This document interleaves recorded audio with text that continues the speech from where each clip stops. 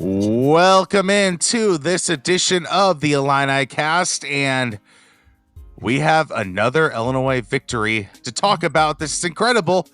Illinois defeats Indiana 48-45, and I really thought this game was going to be like a Big Ten West sort of game, but a Pac-12 game broke out, and 48-45.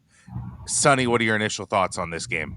I mean, I think the over was hit in the first half of this game. It's first off, I want to say happy Diwali to those who celebrate, and also happy John Paddock season.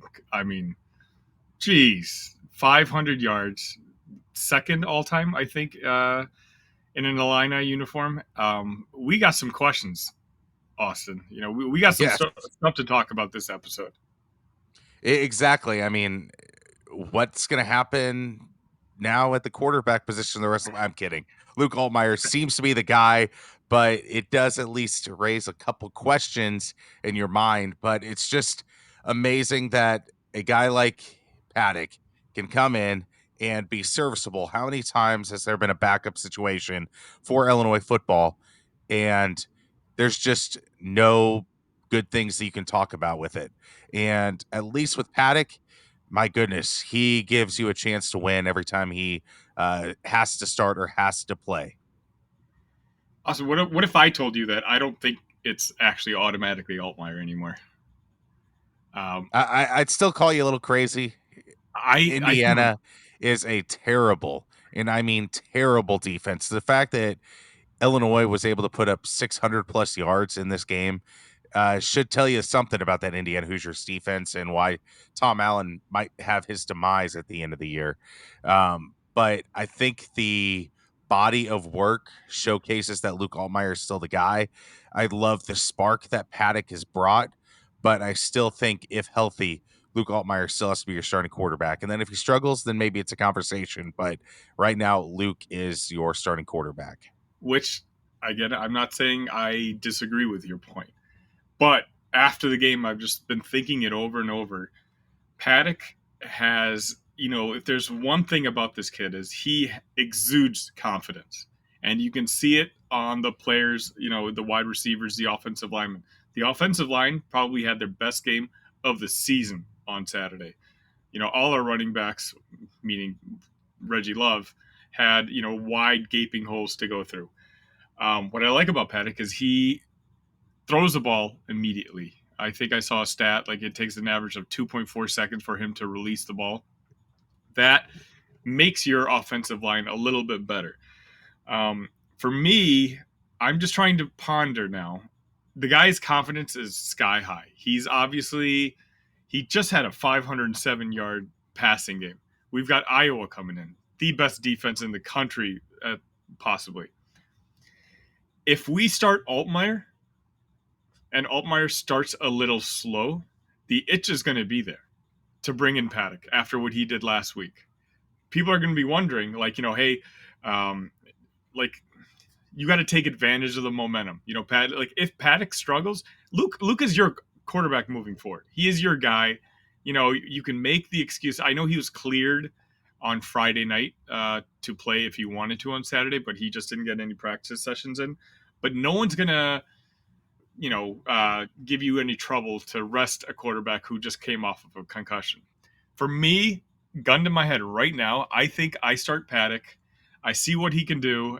Maybe this just could be like a magical storybook. Like stories like this is why sports exist. And so right now, actually, and I'm a big Altmaier guy, I am, but I think I start Paddock in Iowa City. I have a toy figurine and behind me, and it reminds me a lot of the situation right now, and it refers to this guy right here. Back in the day in 2017 and 2018, there was a little bit of a quarterback controversy between a talented Carson Wentz and a really high momentum Nick Foles going on. Nick Foles obviously beat the Bears in the double doink game, led the Eagles to the Super Bowl No the need year to bring that before. part up. You could have skipped that point, but okay. Carson Wentz it was a more talented quarterback than Nick Foles, but Nick Foles had all the momentum. I believe in the physical tools of Luke Altmaier, just like I did the physical tools of Carson Wentz back in the day. So I think you got to go with the guy who gives you the best chance to win.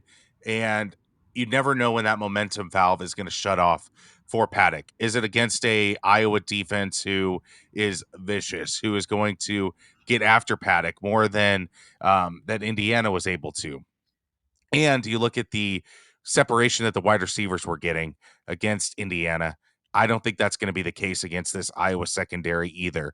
I mean, you look at what Illinois did offensively with their receivers. 200 yards receiving for Isaiah Williams. I think that's doable kind of once again because Isaiah Williams is the guy on this Illinois offense. But Pat Bryant, 131 yards. Casey Washington, 99 yards. Both of those guys scored a touchdown. And I think that this Indiana secondary gave Paddock all the tools and all the availability in the world to make the plays. I think you need a guy who's more seasoned in this offense, like Luke Altmaier against a team like Iowa. And I'm not saying you're wrong, and I might change my mind tomorrow. I'm just saying right now, if I make the decision, I do think that Brett and the staff have a decision to make. I don't think it's a foregone conclusion with Altmaier. I do know that when they're going to be watching the tape of Indiana, and Luke's going to be in that quarterback room, and he's going to see some of those wide open holes where Isaiah Williams just gets behind the Indiana secondary. He's going to look around like I haven't gotten that all season long, and the Mhm. one game he sits out. So again, I like Luke. I think he's the best quarterback in the Western Division, and this is nothing against him. This is merely one of those, as you talked about earlier, with the Foles and Wentz thing. Foles went and the Eagles went on and won the Super Bowl that year. Yep. So for me, it's just there's two games left, three bowl game. Like you said, the momentum might run out, but we can figure that out in a quarter and a half in Iowa City. If all of a sudden Paddock's not able to connect those throws and he's not able to get the ball out quickly, and we realize that we're going to need Luke's legs, that's fine. Let's just bring Luke in then. But I think if we go the opposite direction, where we bring Luke in first and he struggles, I just think, especially with our Illinois fan base and how fickle we can be, that the social media is going to be going off. We should have started Paddock. Then the media is going to talk about it. How do you bench a guy who just had the drive of his life the week before, then throws for 507 yards last game, the second best QB yardage in the Big Ten in like 10 years or something like that. And I just think that's why you start with a Paddock, because you always know you have Altmaier in case the magic has run out. I really wish the Big Ten didn't institute the injury report this year because at least you would have to have two quarterbacks to think about if you're Kirk Ferentz and the Iowa defensive staff, where it's two completely different kind of game plans. It feels like between these two. So that injury report kind of dismantles one of the advantages of the mystery of Paddock versus Altmaier come Saturday. So uh, but going back to our original point of Altmaier versus Paddock, I just struggle. I feel like you can get the momentum back if Paddock comes in the second half if Luke Altmaier ultimately struggles. I feel like if you're bringing Altmaier in the second half, I think the momentum will be harder to gain back, if that makes sense. So I think you kind of have to ride what your original play was with Luke Altmaier and then bring in the boost of Paddock versus the opposite where Altmaier feels disrespected having to sit just because he was injured for a couple games. So I think that's the psychological play that could be in Illinois' benefit if you ultimately start Altmaier. Speaking of psychological plays, though, we were just talking about the injury list. Don't you think, though, all week long, like, do you think we're going to get a confirmed quarterback right away? I don't think so. I I don't know the exact rules of the injury report for the Big Ten. I think there's like two of them, if I'm not mistaken, like one midweek and then one on Saturday for the betting public. Right. So I don't know the exact rules, but it's something that I'm definitely following this week before the Iowa game.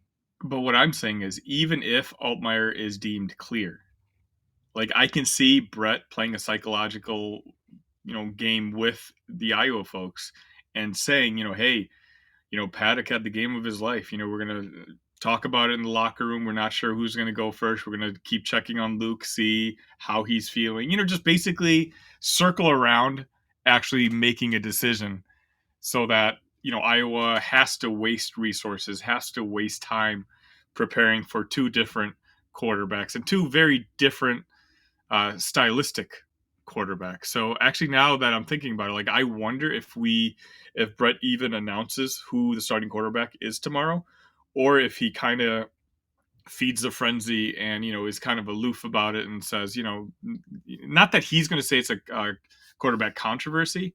I think he may just talk about, hey, we may give Luke another week off, so it doesn't look like it's a controversy, if that makes sense.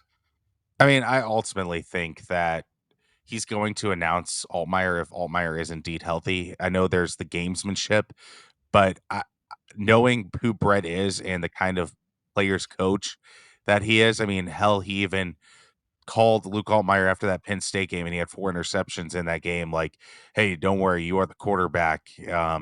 I think there's going to be some of that play involved because I don't think you want to have this looming over Altmaier's head that late into the week. And then come Saturday, and like even if you are saying things in the background, like Luke, you're the quarterback, I just can't announce it. I think that public sentiment of the quarterback controversy, I think that would loom large in Luke's head. I think he's going to announce it immediately if Luke Altmaier is indeed healthy enough to play. I think, yeah, we'll see. I'm very interested now. It's something I'll be watching. I think we have what press conferences on Mondays and Wednesdays. He goes up Yeah. to the podium, so it'll be interesting because I know that has to be the first question that someone's going to ask him.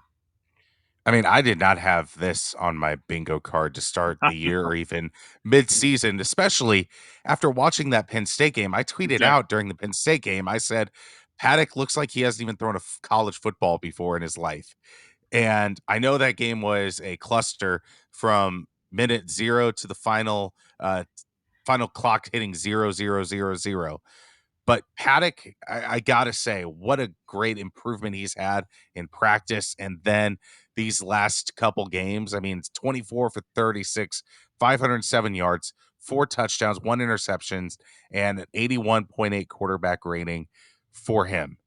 But that's not the total story of what this offense was throughout the game. I mean, Reggie Love the third. I mean, way to come back, Reggie. I mean, uh, every Atlanta fan, including myself, had you thrown away into the trash for Caden Fegan, and Caden gets a little dinged up. I don't know what the status is for him against Iowa, but Reggie It was Love nice to see him 24 come carries. back later in the game, though. So that's Yes, got to be promising. yes.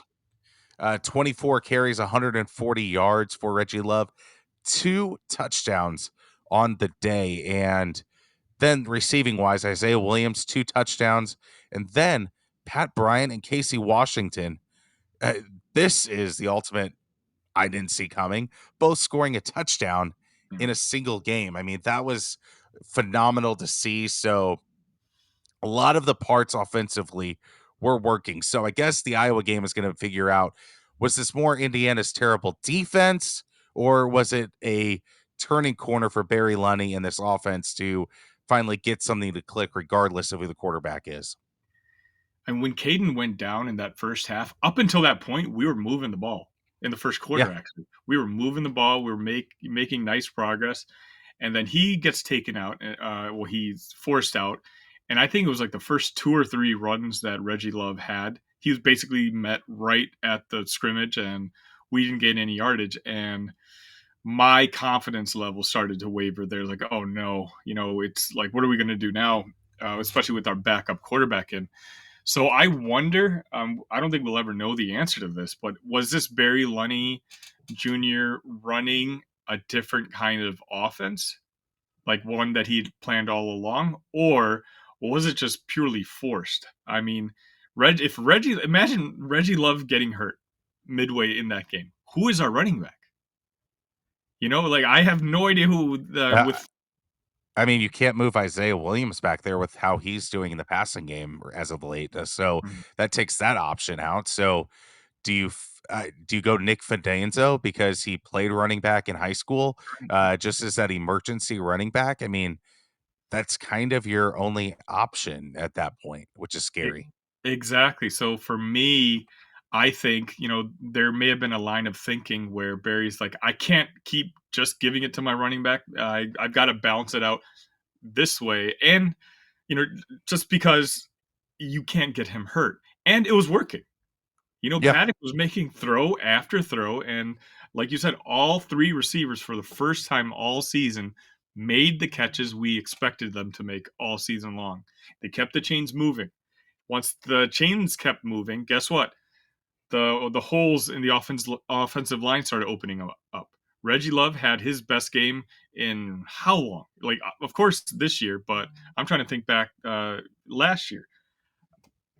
We're talking about 4 guys on our offense who had, when that's not even including the quarterback, of course, who just had one of their best games in that I can remember. And yeah, I feel bad for Tom Allen in Indiana. Like, we joked around about this, like, especially with my text to you. They were starting to sound panicky because I was on the LEO podcast with the Indiana boys. No, actually, we had them on our podcast, and the way they were talking is like they were going to have John Paddock lined up. It would have been no big deal. They had just done this the week before to Wisconsin. So I texted you. I was like, oh, now I'm worried if Altmaier's out, I think we lose. And the way the game turned out with Paddock, the guy, they were so confident that if he was in, that they were going to beat us by 8-9 points. And then him coming in, throwing for 500 plus yards. Like, it's just, what a weekend. What a weekend. I mean, Paddock joined a club with like Sindelar from Purdue back in the day, CJ Stroud of Ohio State of over 500 yards passing in a game. I mean, that's kind of incredible in and of itself. But there was some bad that took place in this game, and it rhymes with offense, but starts with a D. It's defense. That was a horrendous performance by the secondary. And something that I didn't really expect of an Indiana offense to just dice up this Illinois defense like they did. Especially without their 2 of their top wide receivers. Oh, I yeah, that mean, was a problem. that game that Taz had was one of the worst performances I've seen from a defensive back. And to have it the exclamation point with him getting kicked out for that spitting, it's just like, I don't know if he's going through something, if it was just a bad game or what, but he was getting beat by that freshman almost every single time. And yeah, it's one of those where, Barry Lunny, A plus, good work. Aaron Henry, what was that? I mean, Indiana's I, not supposed to be that good. I mean, and you saw Sorsby kind of picking on Xavier Scott a little bit there Mhm. too around the third and fourth quarter. I mean, hell, it was probably the entire game. But Xavier Scott had a pitiful performance in coverage. I mean, you look at this Indiana receiving game, Donovan McCulley, 11 receptions, 137 yards, 2 touchdowns with a long catch of 41 yards. And then DeQuise Carter, 55 yards receiving, EJ Williams Jr., 54. I mean, this was a situation where I thought Illinois defensively in the secondary was going to have one of their better-ish games, especially with the wide receivers that were out for Indiana. And the fact that the Indiana offense exploded for 45 points was just mind-blowingly bad. And Aaron Henry has a lot to think about this week. I know that the Iowa offense is in a much different place than this Indiana offense, but you at least got to stop them from getting that 14, 20 point game. But with the way the receivers of Indiana felt were receiving, the Iowa receivers have got to be getting pretty confident about what they can do against Illinois. I mean, Iowa just had 400 yards against Yep. Rutgers. So, it's not like they're incapable of it. So, yeah, I mean, you're right. It's going to be one of those games where, I mean, I feel like this is just what the season has been like. Everything that we predicted, it goes opposite. And then once we change our mind, it turns back around again. Right. I saw predictions all over, and I don't think I saw one person predicting the over in this game. My prediction was 21-13, I think I said. Uh, and, down 28-12. Yeah. We were down 28-12. I didn't think we had the type of team to come back from something like that. And it's just one of those things where, this team continues to surprise you over and over again. Some surprises making you happy, some surprises making you just super sad. I mean, it's so crazy, especially with how the Illinois defense performed against Minnesota, at least in the second half. I know 26 points is a lot in the Big Ten West, but still only allowing 26 points when your best player was out for the first half. And so I feel like this Illinois defense, I felt like I was a little more confident in, but then that confidence just gets washed away so quickly. And it's not like Sorsby brought like a different element to the table that Illinois hasn't seen. It wasn't like they were going up against Kansas's offense or anything. So that was very, very concerning, seeing how that defensive game plan shaped up. Yeah. I'm Sorsby, I think he's a pretty decent quarterback. And I Yeah. think he's going to have a pretty good future with Indiana. And I think we got saved in that fourth quarter with a couple of those QB draw plays that the Indiana folks were running. I don't understand why they did, and it ended up in our benefit. So it was a tough game, but one we needed. Austin, we're now at 5-5. You look at those Big Ten West standings. It's Iowa up there. It's Purdue a game behind everyone, and then everyone else at 3-4, 5-5. Um, congrats to Bret. 5 wins, 3 years in a row. He's the first Illinois head coach to do that in I think like 30 years. I think I saw. Yeah, And since like 2000 or 1998, something along those lines. okay, yeah, it's something like that. So it's like as much as we've been complaining, he's still raising the floor of this program, and that's kind of what we asked for.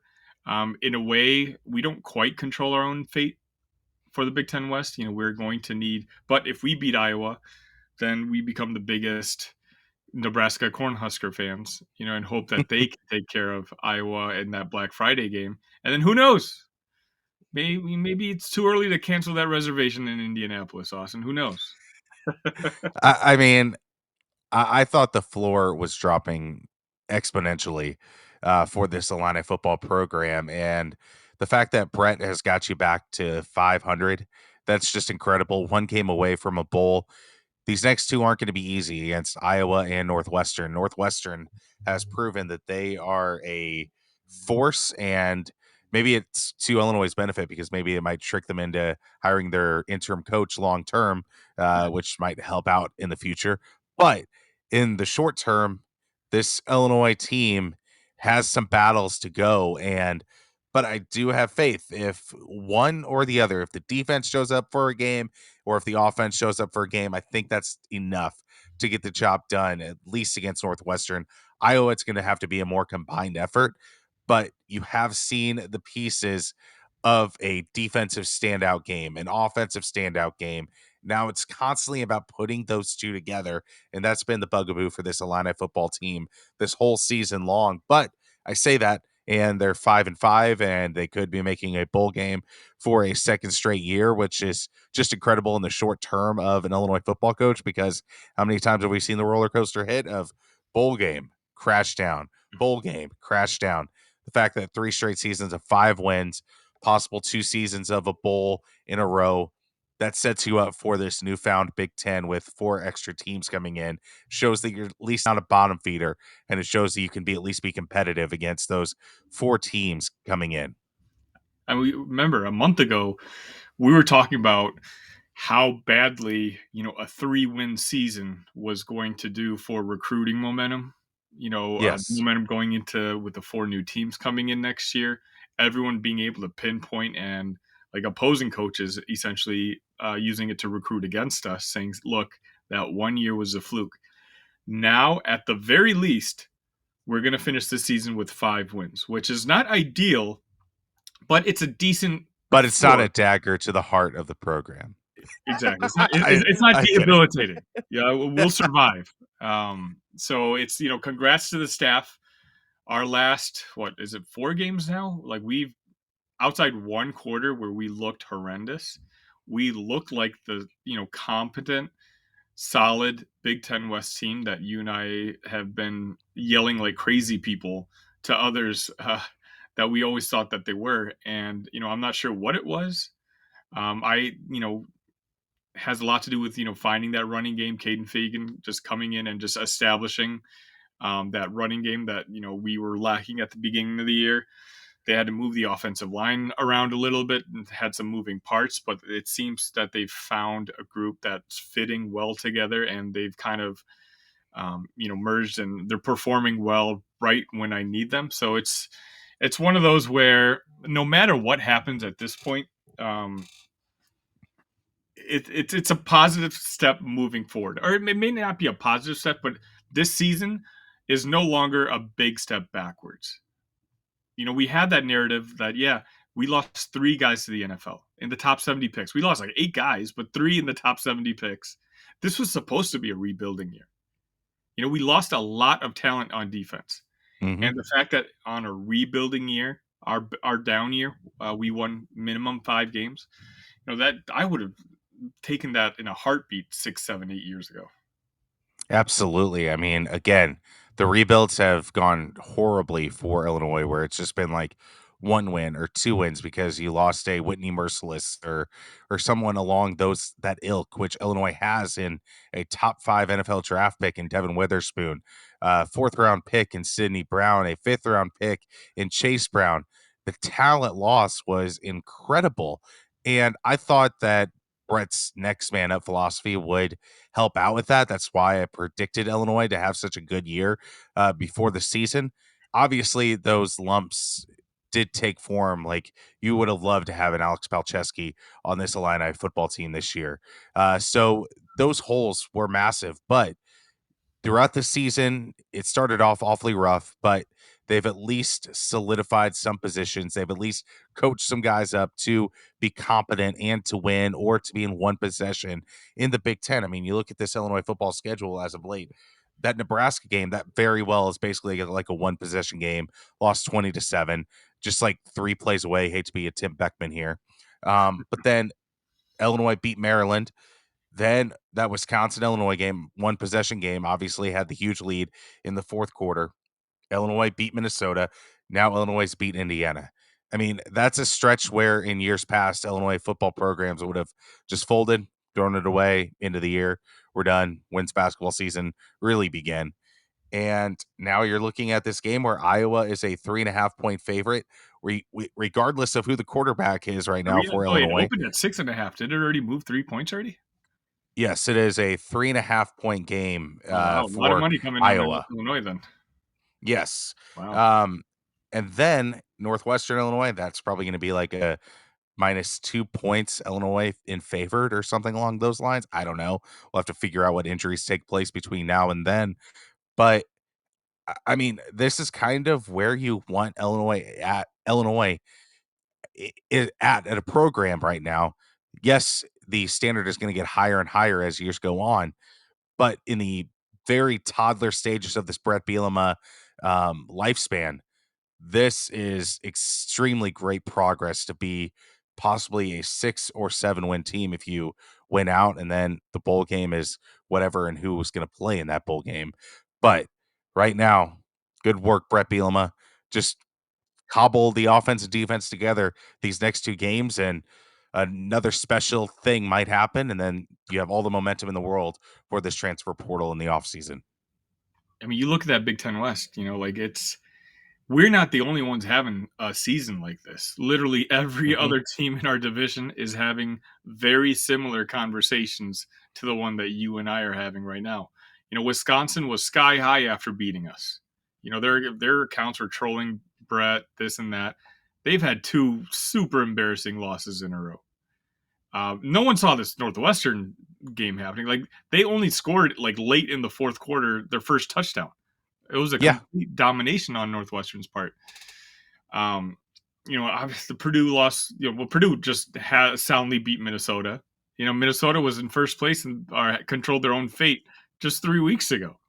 So it's one of those where I have no idea what the standings are going to look like 2 weeks from now at the conclusion of the regular season. All I know is that Illinois is right in the thick of it. And a month ago, after that Nebraska game, after that Purdue game, I thought the season was over. I Yeah. thought, I mean, the two easiest games on our schedule, we had just lost. Purdue, we were completely embarrassed by. And then we had what we thought the toughest chunk of our season coming up. And all we've done is basically gone undefeated, except for Johnny Newton's bad penalty and losing that fourth quarter, giving up an 18-point lead.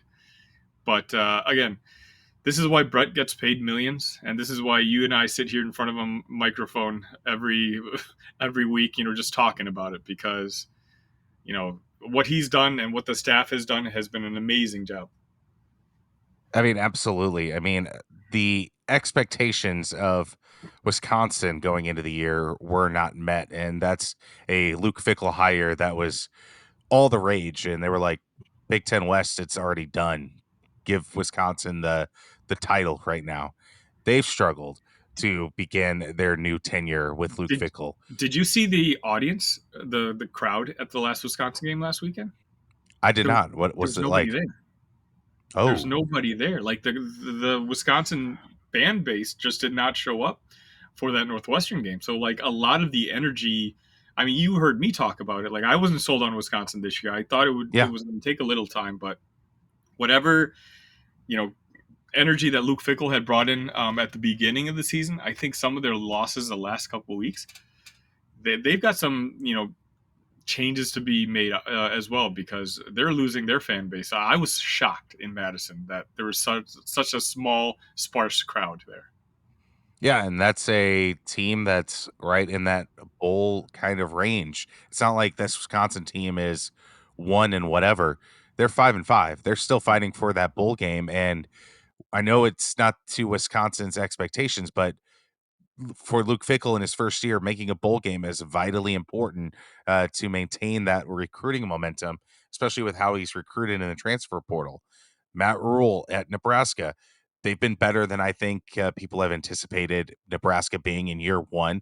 He's kind of righted some of the wrongs that Scott Frost has had as a program. So that's good work. Northwestern, it's going to be seen what's going to this program's going to look like long term, but I, you got to respect the passion play that this team has fought for their interim coach with. Iowa is Iowa. They're going to make a change at offensive coordinator this offseason. We'll see what that looks like. Minnesota with PJ Fleck. I think that's the biggest disaster zone right now in all the Big Ten West of moving into this newfangled Big Ten when you're adding 4 new programs. Because what are you truly recruiting with if you're PJ Fleck? You've been there for so long. You have not truly reached the precipice that you really wanted to. And the momentum seems to be declining ever so slightly. But as we've seen as Illini fans, that momentum can snowball pretty fast, like we've seen with Illini basketball of the past with Bruce Weber and DeJohn Gross. So that's danger zone for Minnesota. And then Purdue with Ryan Walters, I'll give him some credit for his recruiting this offseason. I think that's going to be a great program moving forward just because of Ryan Walters' energy and the former Illini staff that he brought in. I think that's going to look good. But Illinois, you look at them in the future, they are in as good a position as any of these Big Ten West teams to at least make some noise against the likes of USC, UCLA, Washington, and Oregon, and then whatever Penn State, Michigan, Ohio State look like in the future as well. If, and I know you're going to agree with me because this is mainly your talking point, if we can step up our recruiting. Yep. That's the one thing that we are still missing. I think it's no question right now we have the best offense in the Big Ten West. We do have a decent base of talent, but we don't have the blue chippers. Devin Weatherspoon left last year. Johnny Newton's gone. We got him for 2 more games this year. Hmm. Enjoy that. Cherish every single snap because we're going to be missing him next year. Uh, we're starting to get the Illinois players great, but you know what? Now those teams that are coming in next year, they aren't the Minnesota level guys. They're not the Purdue, Wisconsin. get the 3 star and develop them into 4 5 stars. No, Oregon's getting their share of 5 stars, predominantly Hmm. 4 stars. USC, same thing. So with the talent influx that's coming in, I'm super confident for our chances compared to the teams you just compared us to, except for maybe Nebraska. I really like Matt Rule, and I think Yes. Nebraska, that name brand can bring in the top level talent just because of their history. But while we can be okay against the teams that we're similarly on the same tier with now, we're going to really have to make an upgrade on the type of talent that we bring in order to compete with USC, Oregon, and now we're going to have to play Michigan, Ohio State, and Penn State a lot more often. And I think Bret Bielema, if you gave him some truth juice, I feel like he would tell you, yeah, I should have attacked the portal a little bit harder than just with Luke Altmaier. I think that was just a lack of strategy in the offseason and something that's very fixable. I don't think he's like Dabo Sweeney, who is going to be like, no transfer portal ever. We're not doing that. I think Brett just had some bad eternal scouting going on, and I think that's going to correct this year, especially seeing more tape of some of the guys that he had strong beliefs in this offseason. So I think the transfer portal will be a very viable option for Illinois. But I think that stems on if you get one more win. I think just being in that bowl game picture, having that stat of 2 straight bowl seasons is going to be absolutely huge. And I think that game against Northwestern is very well going to decide it. And Illinois had some clunkers at home for sure. I know they beat Indiana at home, but you got to play better at home, and I think that's going to be that huge thing against Northwestern. Yeah, I think as we're talking about how we've salvaged the season, I think Brett is also, again, we talk about that truth juice, internally grateful that he's smart enough to know that he miscalculated his transfer strategy this past Hmm. offseason. So while it looked like it was headed towards disaster, I think I would be shocked if he wasn't a lot more aggressive bringing in outside talent this next offseason to offset some of the guys that we're going to be losing. And and again, he's very lucky that in such a drastic misfire, we are still capable. We're going to win at least 5, if not 6 or 7 games. I mean, he's going to have also some big time recruiting storylines to tell these high school recruits and these transfer portal guys. Devin Witherspoon very well may be the defensive rookie of the year. Having him as your poster child for Illinois secondary help, I think that could be huge. I mean, Sidney Brown is playing big minutes on an 8-1 NFL team. Chase Brown is on a roster of possible AFC champion.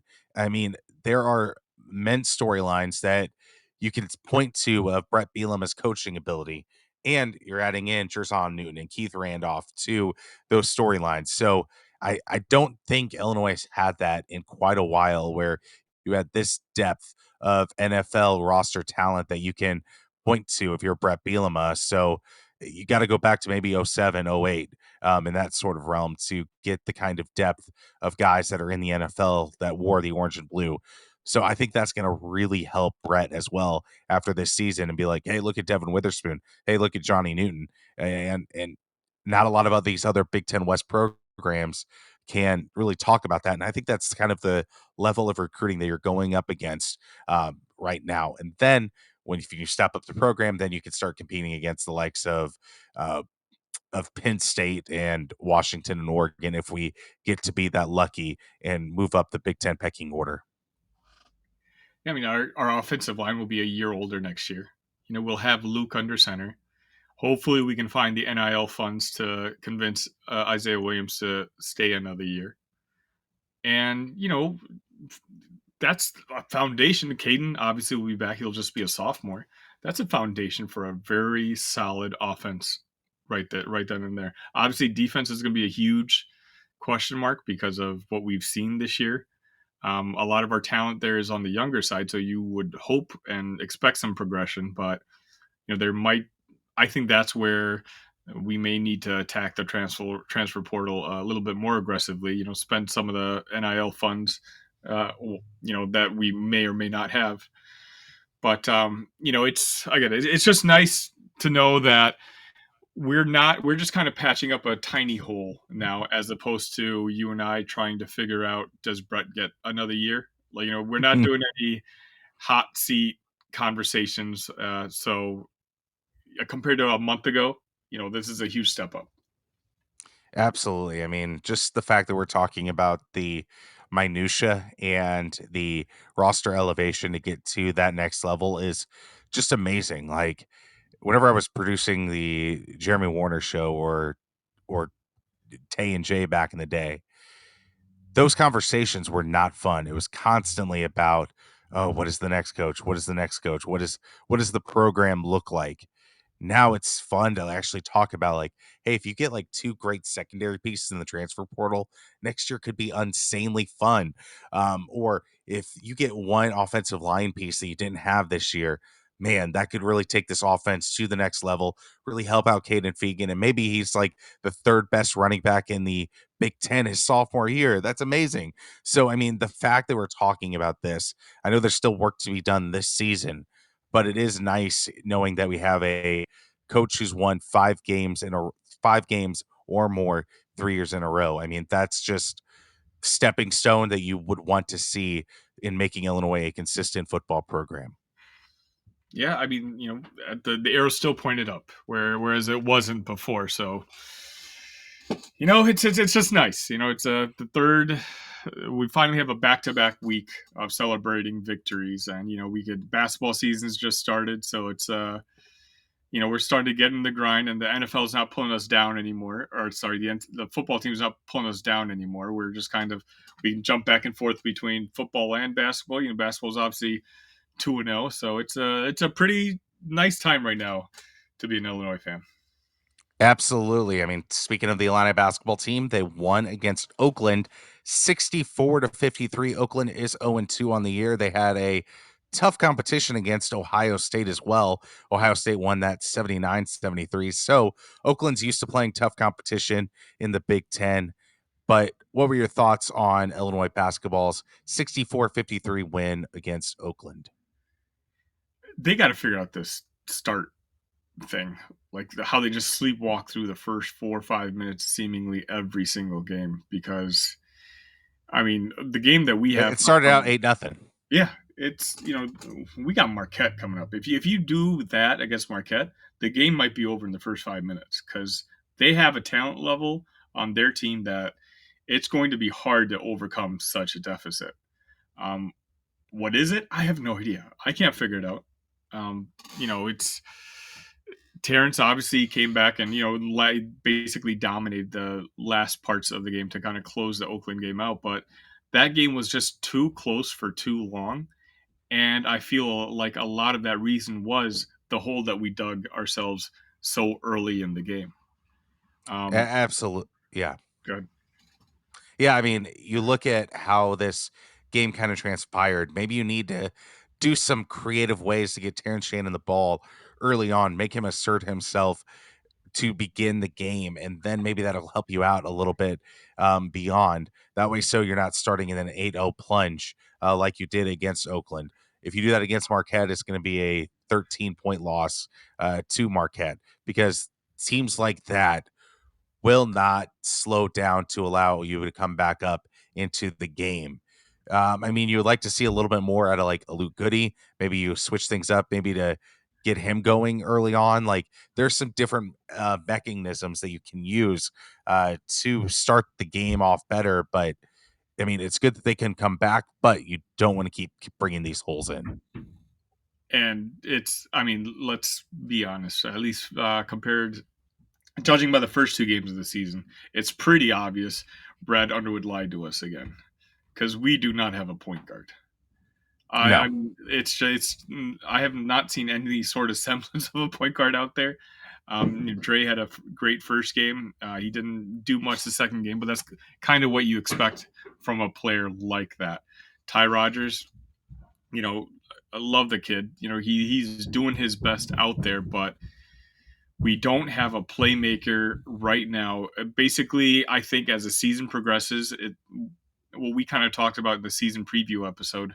I think it's going to be one of those where Terrence or Ty might bring it up to the court, give it to Domask, and then you just kind of run a play around him, and then you count on two or three back cuts, passes, and that's going to be the foundation of your offense because we were worried about point guard, and seeing our first two games against subpar competition, that gaping hole is still there, and it's big enough where I don't know if it's going to be something that we're going to be able to overcome. And Brad, I love you, but stop lying to me, man. I mean, assists don't really tell a full story of a point guard's ability too much, but it is awfully telling when a guy like Coleman Hawkins has 5 assists and Terrence Shannon Jr. has 5 assists. Those two guys are supposed to end possessions pretty much. So the fact that they are being asked to kind of take the lead again. Like, I'm sure that's frustrating Coleman because that's not really going to be his game in the NBA. So he's going to be a guy that is going to be more of a defender, rim runner kind of thing. And it's not allowing him to truly develop in those roles. Like, yes, it's great for what he's doing at Illinois, but it's going to be troublesome for his NBA draft stock with if this is how he's going to be asked to play throughout an entire college basketball year. I mean, if he wants to be in the NBA, he's going to have to step it up a little bit because he's Yeah. been invisible these first two games, and not even that. There are certain cuts of him in the second game where you can see him visibly frustrated. You can see, the look on his face that he wasn't very happy, and so he's got to, him and the coaching staff, they got to figure something out because obviously that the role that he has played so far in the first two games isn't what he was envisioning doing. His numbers have been subpar. We're thankful for Terrence Shannon Jr. being the stud that we knew he was because he's kind of been the closer for us the first two games. But the problem is we shouldn't have needed a closer in these first two Yeah. games. These should have been. I mean, I guess the first game did end up being like a 28-point win, but it was still closer than it needed to be in that first half. So, we could be getting a rude awakening in Champaign this week against Marquette. A guy that I am a little worried about right now that I didn't think I would have been worried about is Luke Goody. He hasn't shown much even in the Kansas exhibition game, the first game or the second game, and I I'm truly wondering what his if he's still trying to figure out his role with like Marcus Domask coming in here and kind of being a Luke Goody upgrade in a way with all that Luke Goody can do. I mean, it's just it's a little concerning. 9 points against Eastern Illinois, but didn't really do much outside of rebound the ball a little bit. But this game, 2 rebounds, 0 points, 0 assists, just kind of out there doing nothing, and that's kind of concerning. It's very concerning because it's his skill set that our team needs arguably more than any other players. We have replacements to for every other player and backups to do what they do. We don't have another sharp shooting 3-point guy to stretch the court. So you're exactly right. I talked about how important Goody was, to hitting the ceiling for this basketball team. And right now, with the fact that, we very obviously have a gaping hole at point guard, and Luke Goody isn't really being the sixth man, the seventh man that I was hoping he could be. It's obviously super early, but my expectations for the season are being lowered slightly. And I mean, I thought 3 point shooting was going to be a little bit better this season just because of the passing ability as a whole for this team. Illinois was 4 for 16 from behind the arc, and that just can't happen, especially in this Big Ten and this tough non conference schedule.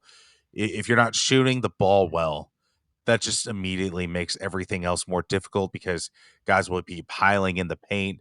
Then Terrence Shannon will probably be driving in.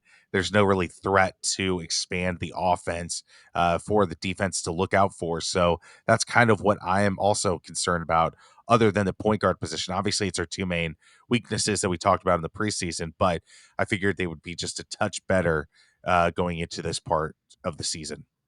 What's your Are you ready to make a game prediction for Marquette, number 5 team in the country, coming into Champaign? Yes, I am ready. I think Illinois will lose by 5 points.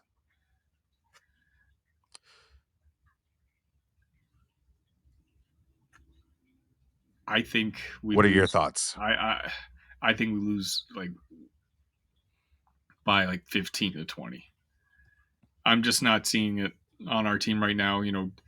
Justin Harmon didn't do much that second game. I don't know if the vibes on the team were just a little caught off guard by Sincere Harris's decision after but right before the season started. Right now, I know I can count on Terrence Shannon Jr., but we still can't hit free throws. Our 3 point shooting isn't where it needs to be. Um, I don't know. Damascus fine, but Coleman has been absent. I don't know if we are ready for the kind of firepower and energy that Marquette and Shaka Smart are going to be bringing into Champaign this week. And so I think we lose anywhere from 15 to 20 points. I mean, there's going to have to be a lot of defensive energy expended by this Illinois team against the likes of Marquette with Kai Jones and Tyler Kolek. I mean, the list goes on. They have 5 scorers right now that are averaging double digits throughout these 2 games. So if you're expending that much energy on defense, offensively, that becomes a lot more difficult. So I need to see a lot more point contributions from Luke Goody. I need to see more from Marcus Domask in the scoring column. I need to see more from Coleman Hawkins. He only had 8 points in this game too. I need to see all 5 starters and Luke Goody having double-digit games if Illinois even wants to think about winning this game, because Terrence, he might have some gummy worm legs at the end of this one, because if he's being asked to do so much, it's only a matter of time before that energy level just gets decreased to zero. So the other guys have got to step up. It can't just be, hey, Terrence, are you going to save us? Please save us this game. It will not work. If we lose by 5 points, like you kind of predicted, I think I'd be okay with that. I'd be very content with that sort of game because some of the, you know, check marks that you just brought up now obviously occurred. We had backup players uh, showing up. Someone came to help Terrence Shannon Jr.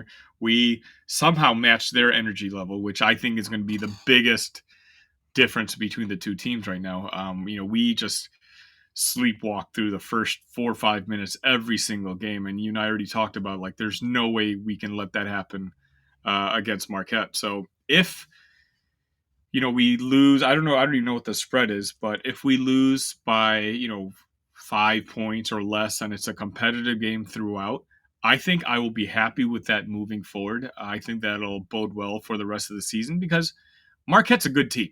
It's not like giving up a game against Oakland or Eastern Illinois. Like Marquette is a legitimate one of those teams that even if you did play at your best, you might just lose to. They're the number 5 team in the country for a reason. I think it was number 5 last time I checked. So I just want to see a good, solid effort out there. I want to see someone besides Terrence show me that they're able to play offense on this team. And again, I don't even know what the answer is for the point guard position because right now I just know that we don't have one. But I think as long as we can compete against Marquette, I'll be really happy moving forward. Illinois has a 60.9% chance of winning, according to ESPN's basketball power index. So that's a little high for me. I think this game could look like an 8 or 9 point game the entire game. And then Illinois does one of their fake rallies. That's why I come up with the 5 point loss prediction. But I just feel like Illinois isn't ready for the innate physicalness that Marquette is going to bring up the court in that havoc style defense. And that's going to be a problem, especially with the point guard position being as weak as it is. This is a put up or shut up kind of game for Ty Rodgers at the point guard position. You're going to need some point guard esque qualities from Marcus Domask, and that's asking a lot of guys that haven't really showcased it too terribly much at this level. And it's I'm not upset at Ty Rodgers. You know, it's not Yeah. it's not it's one of those things where I think he's a square peg being asked to fit into a circle. You know, it's one of those. It's not his fault. This is definitely a misfire that you know Brad Underwood and coaching staff. Obviously, they went after Ray J, who is playing wonderfully for Baylor right now. Hmm. Um, you know, it's like it was. We just hope that that inability to bring in a point guard it doesn't ultimately torpedo the season. Um, that's kind of to be remained to see. But yeah, I'm curious what the spread is going to be against Marquette. I'm surprised ESPN has that number that we're that strongly favored percentage wise. But if that's the case, I think I would easily take Marquette um, if I was gambling on it. For sure. And we will end on a little Big Ten football talk, Sonny. The Big Ten finally came down with the hammer on Jim Harbaugh. Harbaugh is suspended for the rest of the regular season by the Big Ten. And I know that Jim Harbaugh's lawyer is going to try to put a restraining order on this to make him be able to coach until resolution is done in the court system. But this has been the craziest story I've seen of the Big Ten in a quite some time. Normally, these stories happen in the SEC, and we're all just laughing on the sidelines, like, haha, that conference, they can't ever control themselves, can they? And really, it's the Big Ten this year that's kind of being the crazy conference with all the chaos, with all the drama, and it just does not stop. It started with Pat Fitzgerald. The Michigan State's had some drama as well, and now this Michigan drama is happening as we speak. I mean, it's just mind blowing to think that this whole Connor Stallions just acted alone without any notice to Harbaugh, and with all the signs and all of the laminated paper that you saw with all the different hand signals. Like, how did this not get brought to Jim Harbaugh? Like, hey, look what I have, coach. I have all the signs from other teams. So just is crazy how this is all boiled down. It's just been such an exhausting college football season. You know, it all started with Dion Mania soaking up all the oxygen. That's all anyone ever wanted to talk about. Then, obviously, Colorado started having to play some decent teams, and so they've kind of fallen off the map. And here comes Michigan and this whole Harbaugh gate or Stallions gate to kind of just take over every storyline in college football. I mean, it's one of those where I can't even decide which side I'm on because on the Michigan football side, I kind of like the fact that they're just beating up on everyone now, and like them, going into Penn State and having what was a pretty, I'm not gonna say dominant win, but I think they were in control pretty much the entire game. So the Michigan football team, I actually kind of respect what they're kind of pulling off, but their fan base has been just driving me nuts in the fact how elitist and this team has one more national championship than we do since the 80s, since the 70s. It's We have a like more recent Rose Bowl appearance than they do. thank you. So like the way they are just talking about how the Big Ten is against us, it's like, yeah, were they against you the COVID year when your basketball team had less wins than Illinois did, but you were still awarded the conference regular season title? Were they against you then? Now you see these, oh, Michigan's had discussions about leaving the Big Ten. No, you haven't. No, you haven't. It would do you no good to leave the Big Ten. You need the Big Ten more than the Big Ten needs you. You go to the SEC, you're getting a worse TV deal. All that, the reason people are watching your games is, yeah, Michigan, you're a big brand, but it's because you're playing Ohio State. It's because you're playing Michigan State. These are big rivalries, local rivalries that you think you're going to give up because your coach got suspended for 3 games. I know what this is because I see it every single day as a father of a 2-year old. This is just a little tantrum for somebody who's just used to getting what they always want. And when things didn't go their way, finally, they're trying to, turn around and leave the conference. Like, no, you're not. Just go ahead, continue crying. It's, I don't know. I'm tired of it, but obviously, with the courts, like, I think this is gonna. There's not going to be a judgment until Friday, so this is going to be another story we're going to be hearing about all week, whether Jim Harbaugh is coaching against Maryland or not. Here's what pissed me off the most about Michigan right now is that they act like they're dealing with adversity. Like adversity is like if JJ McCarthy tore an ACL and you were still beating Penn State, or your coach had surgery on something, the town of Ann Arbor had a massive tornado. Like, oh my gosh, like yes, adversity, like plowing through all of those negative things that have happened to you as a program. But being alleged at cheating and possibly knowing about it and seeing all the video and all of this is not adversity. This is like the Houston Astros were crying, being like, "We did it. Nobody believed in us. Oh my god." No. You did this to yourselves. Michigan, you did this to yourselves. This isn't anything outside forces against you. You did this to yourself. You can't cry whenever you finally get caught and it's like, well, why do we have to have a punishment? Oh, what? Oh my God. I love you, Coach Harbaugh. Crying after the game. Like, are you serious? Like, Harbaugh didn't die. He's going to leave your asses anyway to go to the Chicago Bears after this season.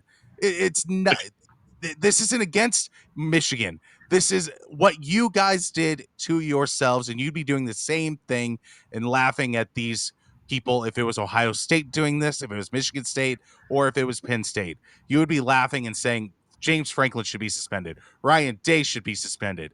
No, you can't cry adversity whenever you do it to yourselves. I mean, they got what's his? Oh man, my brain is failing me. The Tressel, Jim Tressel. They got Jim Tressel fired over tattoos. Yes. They were they kickstarted that whole this is just not allowed and you can't let Ohio State get away with this. But where's that? Where'd that go? That sense of being noble and always playing by the rules. You've done it to your rival, and now all of a sudden you get caught, and it's just like the whole Michigan versus everybody. It's like no, just own it. Just It's Michigan versus consequences. no. That's the battle. Like right now. Like if this all comes back and said, "Hey, Connor Stallions is actually just a criminally psycho person that did this all by himself, wrote that whole manifesto," I'd be like, "Okay, possibly. Possibly." But there's got to be some Jim Harbaugh influence here. And again, he's going to go to the Bears. He's going to leave Michigan. He's tired of the NCAA, and he's just going to go back to the NFL. And you are going to have your next coach next season, whoever that's going to be. And hopefully, there's some more consequences for the University of Michigan after this with the NCAA. I like the Big Ten actually acted independently because looking at how college sports work right now, the conference is almost like the NFL. The conference is the NBA. The conference is Major League Baseball. The NCAA is irrelevant. They don't matter anymore. The conference is the one that should be disposing these punishments right away because this is the governing body nowadays. When you have 16 teams coming in, or 20 teams, or whatever the conference number is for each of these conferences, all the money, all the laws that the conferences can have, the NCAA is irrelevant. I'm happy the Big Ten stepped up and actually gave a punishment before having to wait 5 years for an investigation to pass. And then you're setting scholarship limits for teams in 2035. Yeah, exactly. I mean, I hope that'd be music to my ears. If I were Harbaugh, I would resign on the spot right now. Go ahead and don't take the power back from the NCAA. Resign right now. Get hired next week by the Chicago Bears. Get your staff ready. Have us ready to go. We got 2 top 5 picks coming up next season, so it's just one of those things where obviously I think he's tired of it. I know I'm tired of it. I know who's not tired of it, and that's the media clicks, and because it helps get eyes and retweets and whatnot. But let's just hope next week we still have our Iowa preview to do. We have some special guests. Austin, I think, you're aware, you and I, we have a very special interview that we're going to be doing tomorrow and releasing sometime in the middle of the week, which we're really excited about. And it's just going to be a fun, positive week. Hopefully, Illinois basketball team, holds its own against Marquette. And obviously, we have a big game in Iowa City next Saturday, which we'll preview later. But it's on the up and up. I'm going to try to be positive this week. Absolutely. Illini women's basketball, number 23 in the country. Illinois men's basketball, number 25. Illinois football could be bowl bound. I mean, this is Illinois euphoria right now, and I can't let it stop. Shauna Green has done a great job. Brad Underwood, of course, being Brad Underwood, and Bret Bielema doing great things. So, Josh Whitman, you earned your extension with just those three programs alone. So, good work, Illinois sports. It's fun to talk about. It's fun to be nationally relevant in all three of the major sports right now. So good work. And Sonny and I will be along for the ride and talk about all the twists and turns that happen, like we have for Illinois football, the ups and downs and the crazy stories along the way that impact Illinois fans' lives. So, Sonny, it was a great episode, and can't wait to continue this journey going into Iowa, where all you need maybe is 24 points, maybe. Don't cancel that Indianapolis reservation yet. That might have already been canceled a while ago after a date in Lawrence, Kansas. But I do see your point. Sonny, it was a great episode, and I'll talk to you again this week. Take care, Austin.